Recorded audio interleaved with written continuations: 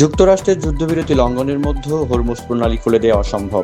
অন্যদিকে ইরানের পররাষ্ট্র মন্ত্রণালয়ের এমন ভিডিও পেতে চ্যানেলটি এখনই সাবস্ক্রাইব করুন।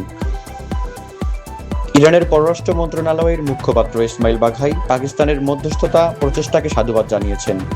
বুধবার এক সংবাদ সম্মেলনে তিনি বলেন, যে কোনো আগ্রাসন মোকাবেলায় ইরানের সশস্ত্র বাহিনী সর্বোচ্চ সতর্ক অবস্থানে রয়েছে এবং তারা প্রতিটি রাজনৈতিক ও যুদ্ধক্ষেত্রের পরিস্থিতির উপর নজর রাখছে।